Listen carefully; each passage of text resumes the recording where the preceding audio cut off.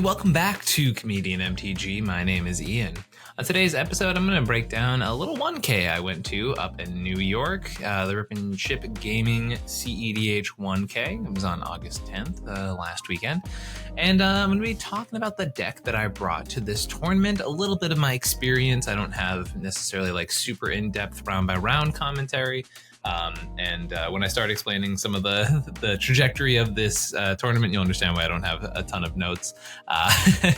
So we'll go over that, talk about this brand new deck that I have for today, and go over some cool stuff. So many of you probably know from the thumbnail and the title, I was able to bring the brand new Baylen The Haymaker to the cEDH tournament, and it was a pretty cool deck.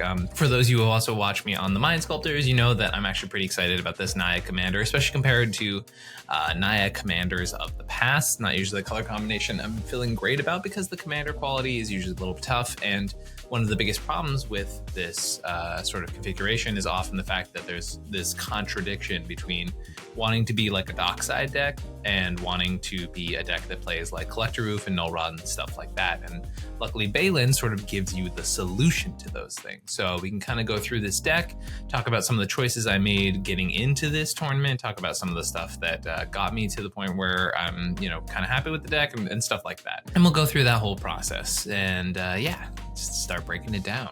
We'll have some stuff to talk about later in the video, including the sponsors of this video, Tales of Adventure Magic and Heavy Play, as well as cEDH coaching and how you can go about getting some of that.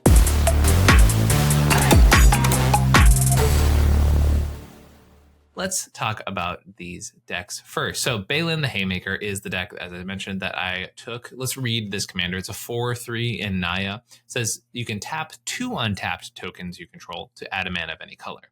You can tap 3 untapped tokens you control to draw a card, and you can tap 4 untapped tokens you control to put 3 1/1 counters on Baylen and give it trample until the end of turn. So definitely a diverse array of abilities on Baylen. What you'll notice is that it's an outlet for infinite tokens, right? So you can make infinite tokens turn into infinite mana and infinite card draw, right? So that's a very large part of why this is playable. It's a huge part of this commander deck. And then also the fact that, treasure tokens and things like that can be used to generate mana and card draw in the situations in which you have your commander out, even if there is something like an Oof or a Null Rod and Stony Silence. So those effects that I have mentioned, let's talk about those. We have Collector Roof here. I am playing all 3 of these effects, so basically activated abilities of artifacts can't be activated. This does include mana abilities, so any of your mana rocks, any of your treasures, anything like that, people cannot be doing those. So one thing I noticed with this deck, and what I definitely took away from the tournament, was the stacks pieces I played in this list were insanely impactful. Because of the way the format's been with Bowmasters and stuff like that, you can definitely tell that decks are not prepared to fight these types of effects, right? And once again, we'll go over which specific effects I'm talking about in a little bit. But yeah, Oof effects, especially Null Rod, Oof, Stony Silence, were insanely crippling in a number of my pods, right? So these effects were very, very strong and definitely overperformed all weekend. Now we'll definitely talk about like some of the issues with the deck. And one of the issues I noticed was that turning the corner with the deck was harder, right? It would usually be the case where, I would have a lot of tokens, I'd have a lot of good board advantage, but I'd have to keep using removal. I definitely know I'm going down on lands before my next iteration of this deck.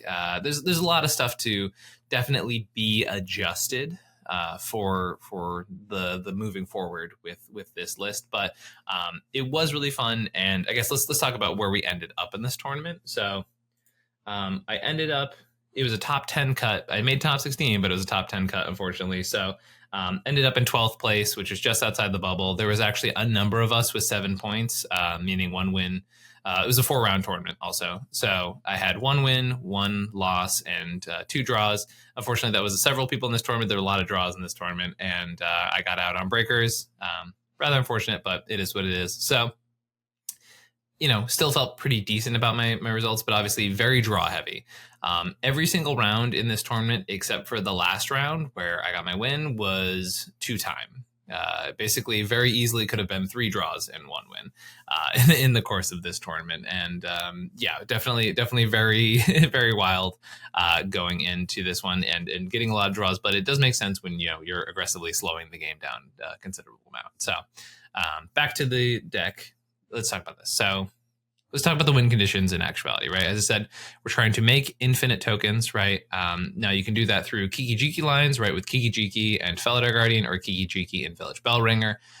You basically make infinite copies of Kiki-Jiki. Now, normally it is a win condition on its own, which is great, but by adding things like Bellringer and Felidar Guardian into the deck, you can also have this combo work at instant speed, which is really nice because of Baylen, right? So you'll make infinite copies of Felidar Guardian tokens or Village Bellringer tokens, right? But they will be untapped tokens, right? So even if you're activating this post first combat main phase or at instant speed and all that stuff, you can use Baylen to draw your deck and have infinite mana available to you, right? So there are lines to be able to win. The easiest one being to be able to crack an Emergent Zone, which we have right here in the land base. I did find that Emergent Zone insanely overperformed when I played this deck. It was like an effect I wanted always, which makes me wonder like how I can best utilize that, because basically treating this like a Thrasios in a lot of situations where I was like, you know, realizing that I did not have a good window on my turn and I was going to pass to my opponents pretty frequently.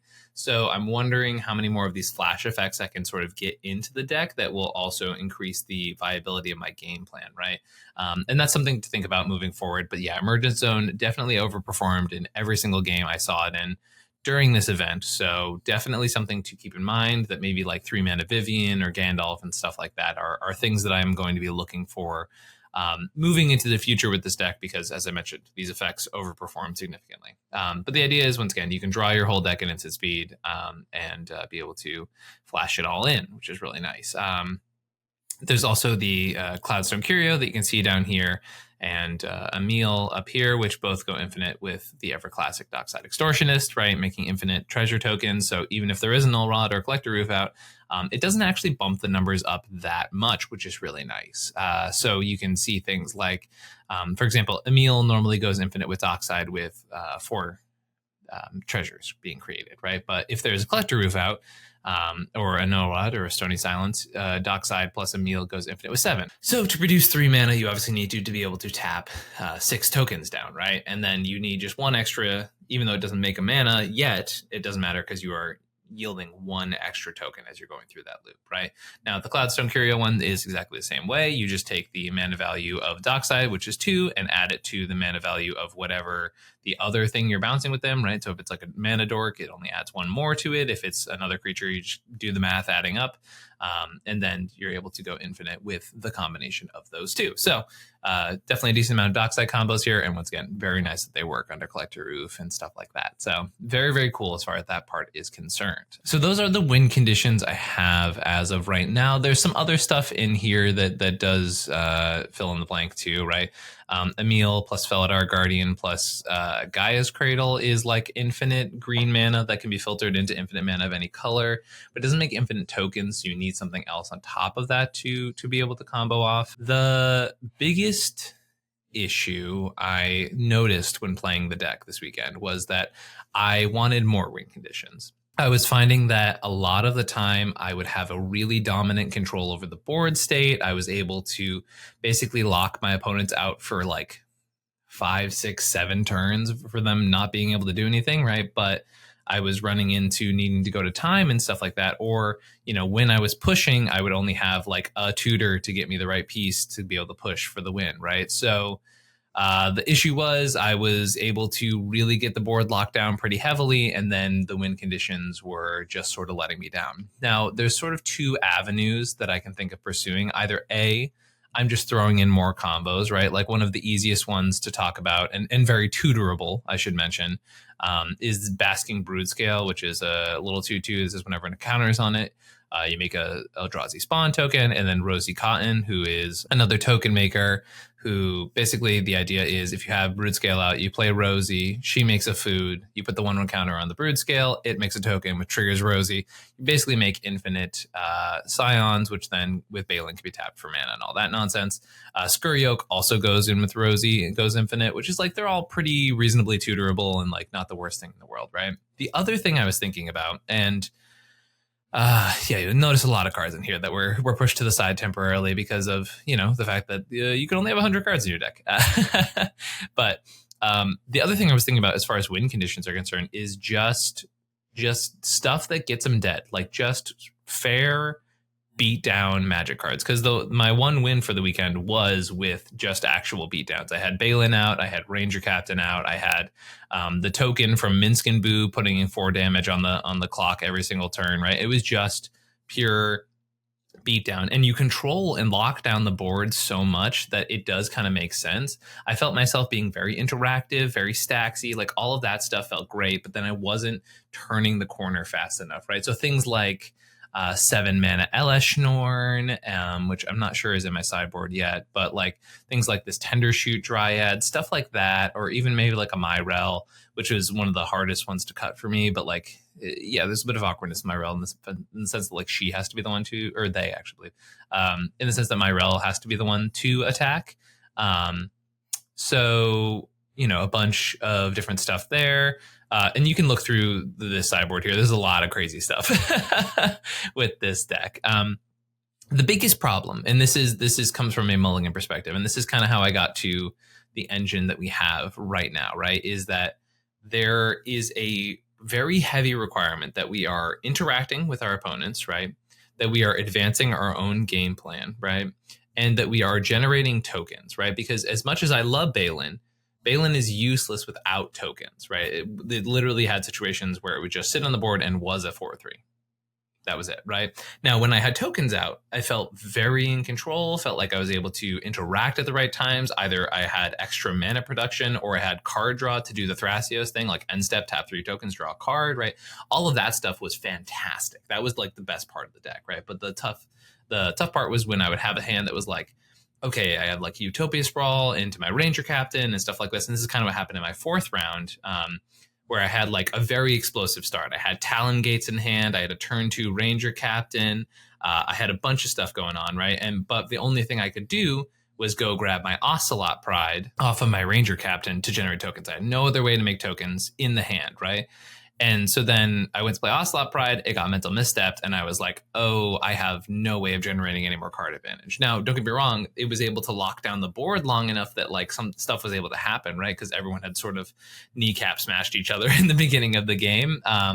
But obviously in a situation where the board's like being stalled out and stuff like that, I want to be generating card advantage. I want to be drawing cards. I want to be impressing that advantage over and over again. So that is definitely a big downside you have to recognize when you play Baylen in the command zone, is that like without tokens, it is just a 4/3 for 3. That is really it.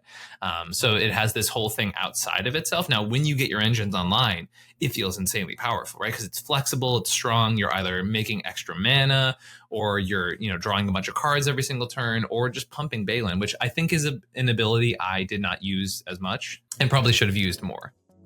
I want to thank one of our sponsors for this episode, Tales of Adventure Magic. Tales of Adventure has been working with us for some time. They're an amazing online store. You can go check them out at toamagic.com, where you can use code comedian to get 1% off your order. They also straight up have some amazing inventory, some amazing foils, rare cards, all that stuff. And you can go, and if Toa is going to have a booth at an event, you can actually place an order online and pick it up at location, which is super sweet. Doesn't mean that if you're going to a big event, sometimes things don't get sent to your house on time, but you can go like, hey, I'm going to be at that Star City Games event.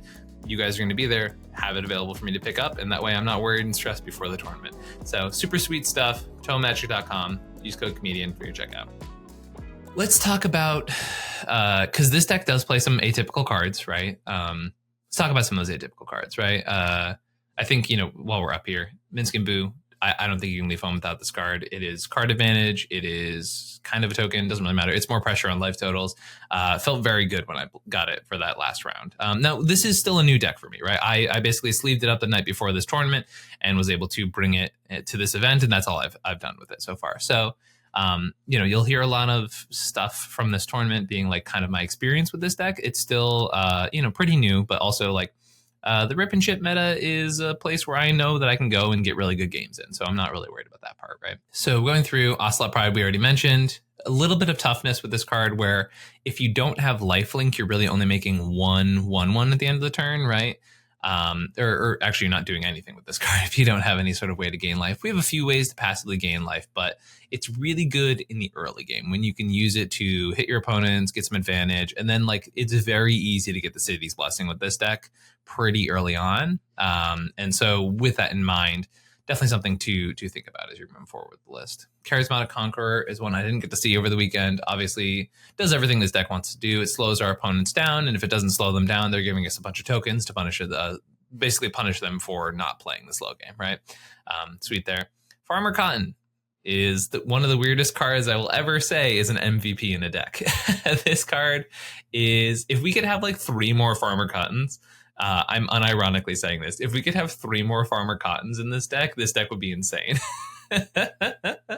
I'm going to say that one more time. If we could have 3 more Farmer Cottons in this cEDH list, this deck would feel amazing. Farmer Cotton does everything. It's so hard to say that with a straight face, but Farmer Cotton really does everything you want as far as engines in this deck, right? It really, I did notice that because of the way the deck works, like you're slowing your opponents down, but you're just vomiting resources, right? So like mana is not a problem for your deck. And with that being said, sometimes you just, I found like X equals 3 or X equals 4 was the realistic amount I could get away with Farmer Cotton while also being able to hold up some interactions, stuff like that. But yeah, when you just play this for 5 mana and then it makes you like either 6 or 8 tokens. And remember, for every extra mana you're investing into it, you're getting more tokens, right? And with Baylen out, every X you pay into the mana then makes 2 tokens, which 2 tokens is exactly enough to produce a mana with Baylen, right? So like, it's relatively, I would say relatively, there are times where they can snipe your commander and then you're sort of hella tapped out, right? But it is relatively safe to continue pumping into Farmer Cotton because your commander immediately makes it a mana neutral decision, except for now you have tokens for the rest of the game that are based off of you making this one choice, right? So big fan of Farmer Cotton in the list for that very reason, right? So yeah, it's the best rate. Like you don't have a lot of things that make double X as far as tokens are concerned, and it's really solid at doing that. So sometimes you just need to crunch a bunch of stuff in Farmer Cotton. And like realistically, the games where I would get like 6 or 8 tokens, and like even if I didn't get any more moving forward, one of those big bursts of tokens, which also does make me think about cards I want to include in the future, right? Like things like March of the Multitudes, which I'll look up. Yeah, March of the Multitudes is like what I'm thinking about moving forward with the deck because once again, I talked about I want more stuff at instant speed. I want more ways to make tokens, right? Like that's exactly the kind of thing I'm looking at, right? So stuff like that was very, very important for the deck. Now, I also played Jacked Rabbit. I did not get to see Jacked Rabbit. I think this card's really good in this deck because depending on what part of the game you're in will depend on how much you can invest into Jacked Rabbit. Talking about this deck is so silly. Jacked Rabbit multiplies really well with how late you go into the game, so I was a big fan of it. Yeah, a lot of my cool cards I didn't get to see, unfortunately, as much in this tournament, which makes me a little sad, but it's okay. And then let's see, what else do we have here? It's some spicier cards. Zerzoth, another one I think makes a lot of sense in this deck. I think it's really, really good. Just didn't get to see it at all during the tournament. I think I had one hand with it, but I had to ship it away because the mana was super awkward. Arasta of the Endless Web is so good. If you can plant this card, I messed up with this card a lot. I missed a ton of triggers on it, which felt really bad, but it's because I'm not used to playing the card and still getting to learn it. There are games where, especially when it's super stalled out, it's not going to be fed a whole ton. But in general, the 3/5 reach actually saved me a ton because Crom Beatdown is one of the easiest ways that your blue farm opponents have to punish you for trying to slow the game down, right? You don't have a ridiculous amount of flyers in this deck and you don't have a lot of lifelink, right? So Arasta being able to like come down and be like, you're not attacking me, period, is really nice because not only does she have reach, but the things that she makes, the spiders also have reach, right? So they're blocking all of these flyers, which once again, during a stacks out board state, that's the stuff that's going to get you killed, right? So it's nice to have that. And then also there's times when your opponents are just popping off and they're like trying to cast a bunch of spells and one person goes for an intuition and the other person flusterstorms it and they fight back. And then one more person fights back on top of that. Suddenly you got 4 spiders there just like, cool, that's either 2 mana with Baylen or a whole thing of card draw that sticks around every single turn. Not to mention bodies on the board. And this is one of the reasons where it's like, yeah, maybe Elesh Norn just makes sense in this deck to just be that finisher, to be like, all right, cool, I've made all these dinky little spiders, and instead of being 1/2s that aren't putting a clock on anybody, now they're big boys. Every time I went for the Kiki combos, it got BTFO'd pretty bad. I don't necessarily think they're bad. I just don't necessarily know that they're the best thing for this list with the way it is. So I am figuring it out, because like they work really well in here on paper, but over the weekend they were just really hard to invest into in a way that like allowed me to actually turn the corner. As I said, I'm looking at the win conditions. I have to reassess everything as far as that part's concerned, because the deck felt like amazing until I tried to actually push for a non-combat win, and then that was the thing that got me killed, right? So now I'm thinking like, do I need more Grand Abolisher effects to just protect my bad combos? Do I need more ways to like, I got to figure out the best way to efficiently turn the corner and win the game with this deck, because it feels insanely close, right? It feels like it's like just there, like it's competing really well with a lot of these cards in the format, but it's struggling a little bit. For those who don't know Karmic Guide's inclusion here, it's because you have Survival of the Fittest in this deck, and Survival of the Fittest turns Kiki Jiki Karmic Guide Felidar Guardian into, okay, if I pay green 3 times, I can now just play the Karmic Guide, which gets back the Felidar, which flickers the Karmic Guide, which brings back the Kiki, which just wins the game, right? So creates a 1-card combo with Survival of the Fittest. That might not be necessary. That was one of those things I noticed when Survival came down. I was like, I could set that lineup, or I could just go get a Dockside right now and tutor for this piece. So, it feels like the Kiki line is one of the pieces that is starting to be on the outs for this archetype for sure. Apart from the rest of it, it's some of these core gear make token pieces, and then stacks pieces, like hard, powerful stacks pieces, Boromir, Mind Sensor, Aven Interrupter, right? Like just all the stuff you want to be doing to say no to your opponents. Ewit in this deck, specifically there for a bunch of the Dockside stuff, but specifically Emil plus Eternal Witness allows you to loop Lightning Bolt infinitely, which then allows you to kill your opponents in instant speed. That's one of the main instant speed wins. There are other ones, but this is the cleanest for sure.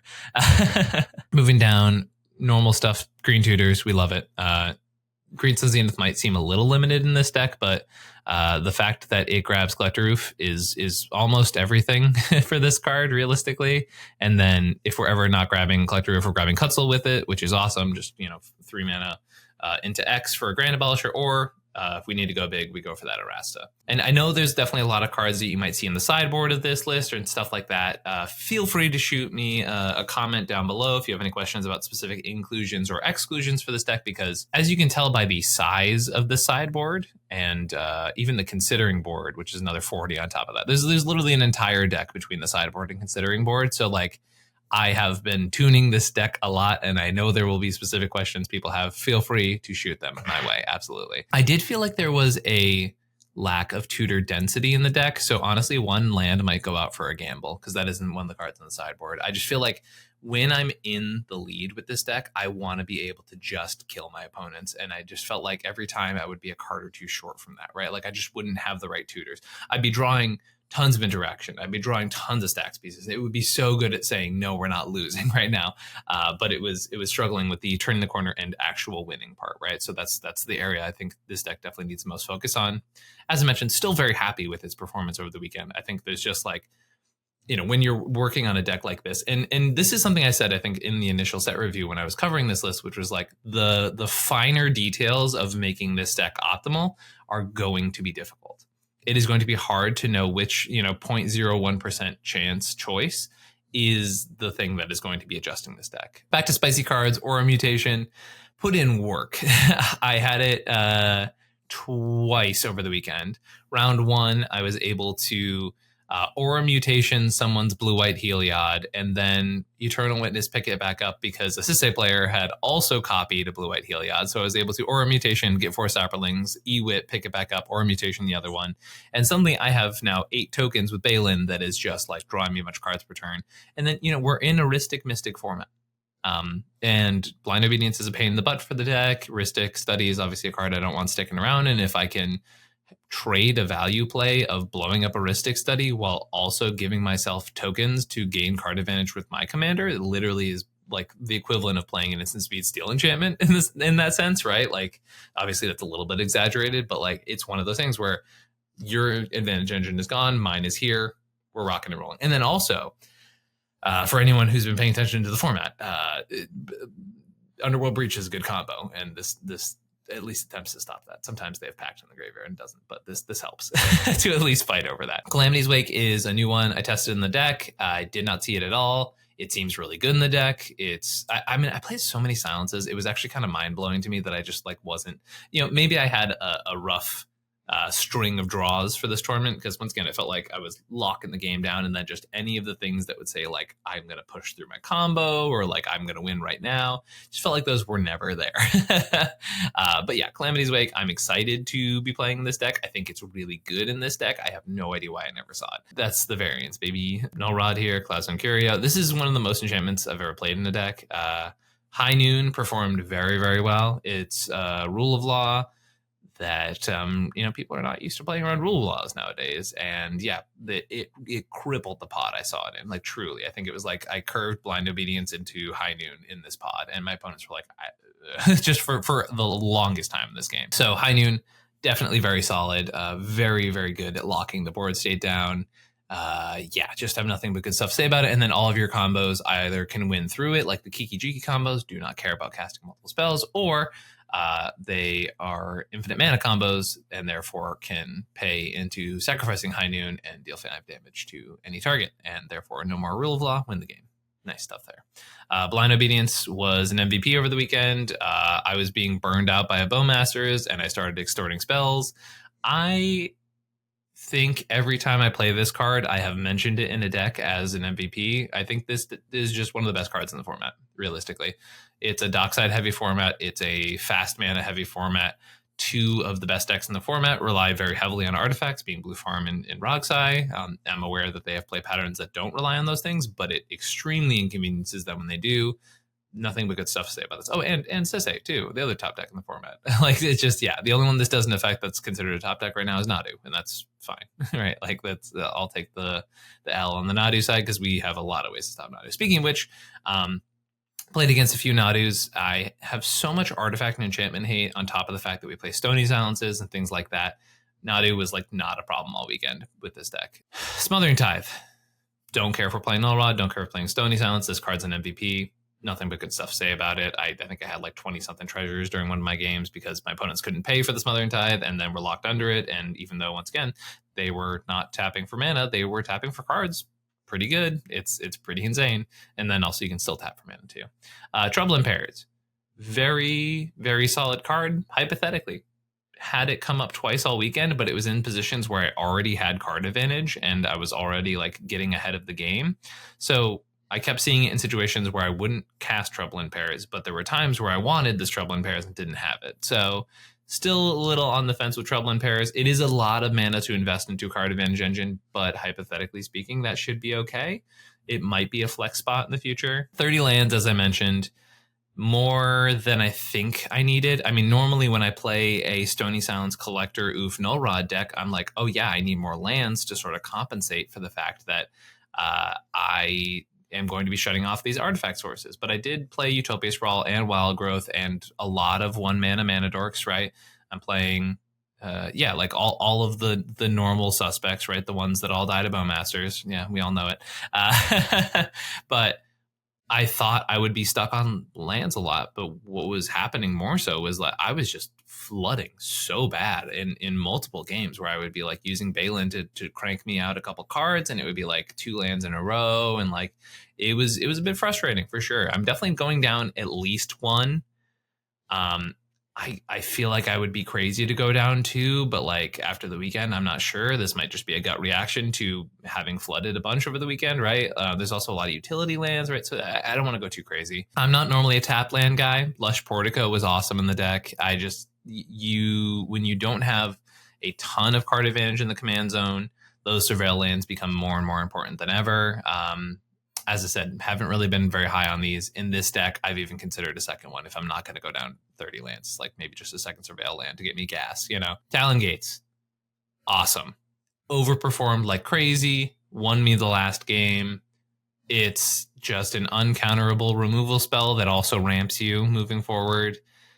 When you play it on your turn, it gets rid of a blocker that's stopping you. I mean, just being able to hold this up for an uncounterable removal spell multiple times during the tournament was good. It was great. I have nothing bad to say about it. Talongate's Madara, awesome card. Happy with it. Happy to play it. Yeah, just nothing but good stuff to say. So yes, big fan. We want to thank another one of our sponsors for this episode, Heavy Play. Heavy Play has partnered with the channel, and it has been an awesome partnership so far. They are a dice box company. They are a deck box company. They are a sleeve company. They make a ton of amazing products. I have used their deck box and their dice tray and their playmat at basically every event since partnering with them. It is just such a sleek design. I love that I can just lay out the playmats. Now, they're a little plain in these early versions, but I'm hoping they get art on them pretty soon. But you can have this magnetized part of your deck box that slaps onto your dice tray and just slaps onto your deck box, and it's stuck and it's not going to go anywhere. And it's so nice because I don't have to worry about like pulling my deck box to the side and unraveling the playmat and having the thing for dice and then pulling that out of my bag and then pulling a thing out for tokens. It's like it's all just there in one nice convenient location, and I truly adore it because it's so nice to have to go to these tournaments over and over and over again and have all my stuff in one compact, clean location. So big fan of working with Heavy Play, and their products are actually really sick. So come check them out. If you use code Comedian, you get 10% off your first order of these amazing products. So yeah, check out code Comedian. These are stuff that I use for my actual play. Go check them out. Check out their website. Okay, so we've talked a lot about the kind of hands you're looking for in a deck like this, and I think this deck in particular, more than a lot of others, really could use some love as far as mulligans are concerned. So let's get a few keepable hands and get a rough idea of like the stuff I would be looking for and something like that. Okay, so looking at a hand like this one, this one's probably just very keepable. The like red flags potentially from this hand, right, would be a world where we draw into one of our oof effects and we feel like we're forced to play it. I don't think that's a situation with a hand like this because we have enough other pieces that are disrupting our opponents. It's nice, like you don't have to always commit to the oof game plan. That's why there's Deafening Silence and High Noon and other stacks pieces here, right? So we don't have to overcommit to one of our game plans. Turn one, we can get down, this Promenade. We can get down the Mox Diamond, probably getting rid of the Boseiju just because Boseiju is amazing. If we draw another land, we can sandbag Boseiju longer, but like I'd rather just have the mana fixing in the first turn. Get down to Deafening Silence into an Imperial Recruiter. I'm not really sure what you get very early on with the Imperial Recruiter. There's a lot of different options though, with the amount of mana that we're going to be producing. So next turn, we have the option to, if we hit a land drop, we can go play Ranger Captain, grab Ocelot Pride, which is awesome. But this Imp Recruiter, we can get a card advantage to drop pretty early, right? So there's a lot of different options here. Now, normally, I think everyone defaults to, you can get Dockside, right? But we don't know how Dockside is going to look. And especially if we go turn one Deafening Silence into Imperial Recruiter into, hey, everybody, there's a Dockside coming. People are not usually inclined to go, well, now I really want to feed that Dockside, right? So that's more of a case where this is one of those times where I'm looking for my Farmer Cottons or my Jackrabbits. I can't say these with a straight face, but it's so it's 100% true. Like it's not a bit. They're just weird cards, right? So super happy with a hand like this one. Drawing Crop Rot's really interesting, but yeah, Crop Rot was an interesting card for this deck. I didn't love it as much as I thought I was going to love it. Obviously, going and grabbing Emergence Zone, I talked about how important that was to the strategy, and I still think it has to stay in here because of that. And also, Crop Rotation for Talon Gates as a removal spell is really nice. I didn't really find myself going and grabbing Cradle a ton because, unlike other sort of creature combo decks, the mana you make from Cradle is good, but it's not paying into anything because it's not like Baylen takes mana in as part of its advantage engine. It takes tokens in, right? So it doesn't really affect too much. But when I had Cradle, obviously it performed really well. Like I was tapping for like giant Corridor Callings and shit like that, right? So that part's fine. Sweet. All right, that was a very easy mulligan. It's a very powerful hand, but it did bring up some important lessons with the deck too. So this is a weirdie. This is one of those times where I know I have 30 lands, right? So I'm a little more inclined to keep what is generally a sketchier hand. Now, my biggest problem with this hand is you can get blown out by a Bowmasters like super badly in this hand, right? So turn two, we have the ability to throw down the Stony Silence, which definitely helps to throw down, to throw off our opponents. I think also turn order would really affect this hand, right? So like, yeah, okay. So if we're going second, this is a little bit more keepable. I like to do that sometimes. Moxville, just roll the D4, see what happens. But yeah, that's kind of a hand I would be more interested in. I think the presence of black in the pod would really make me think about this one. The expected value of Stony Silence also makes this hand definitely more or less keepable.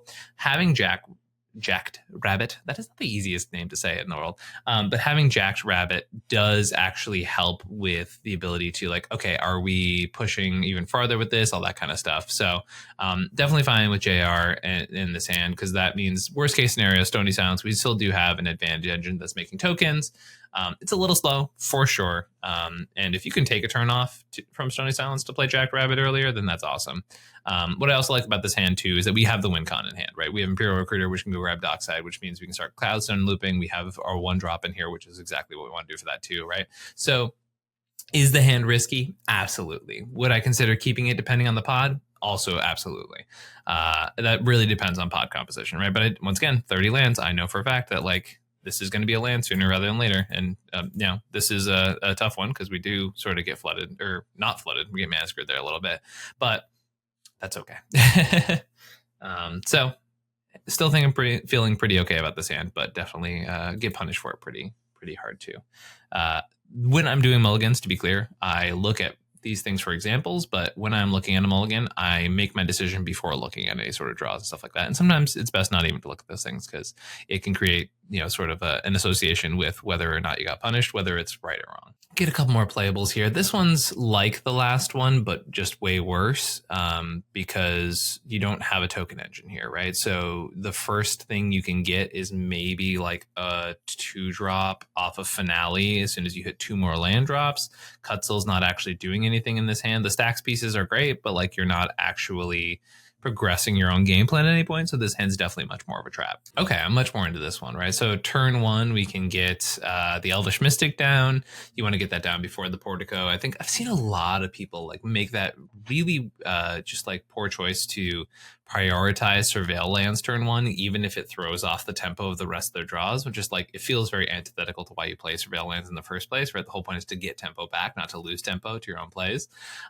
So like, yeah, turn 1, Elvish Mystic. Turn 2, you get to play either Charismatic Conqueror or the Jacked Rabbit. I assume the Conqueror is just going to be way more relevant because either it's Blind Obedience or it's making you a bunch of mana and it's making your opponents get punished for those choices, right? So Conqueror in general, definitely better to get down early. Also, Jacked Rabbit, once again, scales with more mana you put into it, right? So I think, yeah, turn 2, you're able to play the Conqueror, play the Portico, get a Surveil on. You have perfect fixing because Windswept can go grab you your Taiga or your Plateau. You need to grab Taiga if you want to play the Elvish Mystic. And then, yeah, you have later engines like Zerzoth too, which, people are playing Mystics, Ristics, Croms, all that nonsense. And Zerzoth does get out of hand pretty quick. It's a pretty small investment. And yeah, this hand's pretty solid. The only thing it's lacking really is a stacks piece. But guess what? We have Green Sun Zenith for, if you're paying attention, X equals 2, baby. Get that oof down. And this hand is like hella not punished by that, right? So this hand is doing a lot of stuff we need. Pretty sweet. All right, we'll probably get one more hand. Okay, well, I mean, except for sometimes they give you a no-brainer hand. Yeah, okay, this is a turn 1 Dork into a turn 2 Oof, or hold up Aven Interrupter, or play your token advantage engine. You have a ton of options. Karmic Guide's the only dead card. Also a card we're considering cutting. So like, yeah, okay, let's try and get a more nuanced, difficult hand. I definitely did not keep all these first 7s when I was playing the other day. Oh my god, this is a keepable 7 too, though. What is with Moxfield right now? Okay.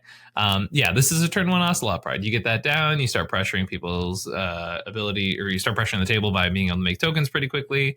You have a turn 2 Stony Silence, which is exactly what you're trying to hope for. You have a turn 3 Boromir. Then you can start, using Chord of Calling to generate you some tutors for your endgame. Okay. I don't know why Moxfield is throwing out only bangers right now, but okay, this one's a little more nuanced. Okay, it's kind of mid. Exotic Orchard carries a lot of weight in this hand. Cloudstone Curio is a dead card until you get Dockside. You have Aven Interrupter potentially, but you don't have access to it right now. Basically, if Exotic Orchard is going to guarantee you make white mana, then this hand's vaguely keepable, but I think we're free to ship it, especially on a first 7. Okay. Turn 1 Findhorn Elves off of the Bountiful Promenade into turn 2 Ranger Captain, which isn't bad. That can go get us an Ocelot Pride. We also have the ability to Aura Mutation, which can also get us some tokens. It's not the most disruptive hand in the world. We have, 2 silence effects and a piece of targeted removal and Touch of the Spirit Realm, which I don't hate at all. It's definitely lining yourself up for a slower game, right? Also, this is one of those hands that's like really good against like a Rogsai Blue Farm type of pod. Well, not really good. It's pretty okay against a Rogsai Blue Farm type of pod, but not great against like a cEDH pod, right? Because the only thing you have to stop that is Touch the Spirit Realm, which is not a good answer against that deck, right? So this is one of those hands that's much better against certain types of pods than the other. And as a stacks deck, right, you are like, you really have to think about which one of your pieces, because this looks like a very cool, fair mid-range hand, right? But like, it's not good against decks that do not care about putting spells in the stack, or especially multiple spells in the stack, which decks like cEDH and Nadu don't really care about that as much, right? So good to sort of keep that in mind. So hypothetically, we shipped our last one. This is a 6. Yeah, Smothering Tithe is broken. So that's kind of really all I'm thinking about with a hand like this one. I put Kiki Jiki down to the bottom of our library. Turn 1, I play the Flooded Strand, go grab a Savannah, play the Birds of Paradise. Turn 2, I grab probably either a Soul Ring or a Mana Crypt, put that into a Smothering Tithe, let Smothering Tithe do the rest of the work. The only time where I'm not happy about a hand like this is the opposite of the last one, which is like I'm playing in like a Rogsai Blue Farm type of, well, not Blue Farm, I should say, more of the Rogsai type of, or like Jund Turbo, all that kind of stuff. Those are the type of pods where I'm concerned about a hand like this, because that maybe means I don't have the luxury to prioritize a turn 2 Smothering Tithe, right? Whereas, well, because even then you could pivot, actually. So I might be wrong there, because instead what you could do is play that Birds, and then turn 2 on your upkeep, you just go grab like a Stony Silence instead in that type of pod. Because then you'll still have the land drop to play it, and then turn 3 you still get the Smothering Tithe down. So that actually just might be better than my previous thing, is like really disrupt your opponents, follow it up with that turn 3 Smothering Tithe. That way you have like plenty of time for your win conditions to pay off. You're generating a touch of card advantage. Turn 4, when you get to play your Baylen, your opponents are still pretty stacked out, and you've got a bunch of treasures ready to go, and that's either card advantage or mana advantage. So yeah, super geeked about this hand, actually, the more I think about it. Hell yeah. All right, sweet. Sometimes, you get a bunch of really good hands in a row. I don't think the deck maybe draws as good as it's been chalked up for the past couple mulligans, but this is a lot of stuff that's green flags for these mulligans. So that's the stuff I'd be looking for sure. But that is our deck tech and tournament report on Baylen Rabbit Murder, the 1K Rip and Ship list. I had a ton of fun playing this deck. I'm excited for folks to maybe give it a shot themselves. Once again, I know there's a lot of stuff on the sideboard, a lot of stuff I'm considering, and folks will be interested to see where I take the list moving forward. Happy to answer all those questions in the comments down below. And before we wrap up, I want to remind you that we do cEDH coaching here on Comedian MTG. So if you're interested in being coached by the person with more tournament success with different decks than any other player in the top deck leaderboard right now, come check it out. I'm also ended the season in first place, about to head over to the Invitational. A lot of really cool stuff coming for the future. But yeah, if you're interested in cEDH coaching, if you want to take that next step up with your decks, if you want to just get your deck looked at and teched, if you want to get help with politicking, things like that, you can find all that stuff in any of the following ways. comedianmtg@gmail.com is my email. On Twitter or Instagram, you can find me at comedianmtg, or DM me on Discord at comedian_mtg. And you can find me in there, ask about rates, all that stuff. I want to thank you all for watching this video. Y'all are amazing. I'll catch you next time. Peace. I know I've been quiet for a minute. I've been grinding, still in it. I've been counting these digits. Excuse me. I know I've been quiet for a minute, but I'm back on my business. If you see me, don't trip, just excuse me. Wrong if I do, wrong if I don't. That's why I do me no matter what, so excuse me. Lie if I do, lie if I don't. The proof is in the story, take a seat, excuse me.